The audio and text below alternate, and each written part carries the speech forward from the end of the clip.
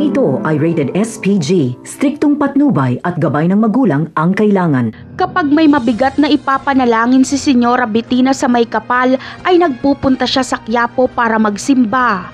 Ito din ang gagawin ni Catherine. Nagpaalam lang siya sa kanyang lola na makikipag-date siya kay Jesus, pero ang totoo ay magsisimba siya sa Quiapo. Ipapanalangin ni Catherine na sana ay hindi niya makatuluyan si Jesus Montenegro.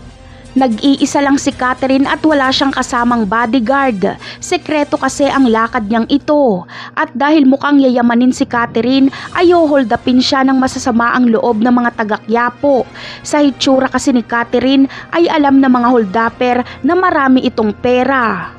Sa kabilang banda naman ay sasalpukan ng tatlong grupo na Red Phoenix, grupo nila Tanggol at grupo ni Ramon ay lamang na lamang ang posisyon ng Red Phoenix, kaya madali nilang mauubos sa mga tauhan ni Ramon. Sa laban ni Ramon at Tanggol ay gusto pa sana ni Ramon na makilala ang kanyang kaharap, ngunit kinakailangan na nilang umatras dahil mauubos na sila. Habang sila Tanggol naman ay kailangan na ding umalis sa lugar na yon. Si Ramon lang naman kasi ang pakay nila Tanggol. Sa pag-atras nila Ramon ay aatras din sila Tanggol. Lalo na't may tama si Supremo kaya kailangan itong magamot. Kaya sa pag-uwi ni Tanggol sa bahay nila Bubbles ay dito niya na makikilala si Catherine. Madadaanan kasi ni Tanggol ang babaeng hino-hold up kaya tutulungan niya ito. Uupakan ni Tanggol ang mga holdupper.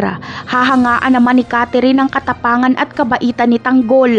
Sasabihin ni Tanggol kay Catherine na mag-iingat ito kapag nasa Quiapo. Dito ay itatanong nila sa isa't isa ang kanilang mga pangalan. Napakarami pa nating dapat abangan sa mga susunod na episode. Paalam!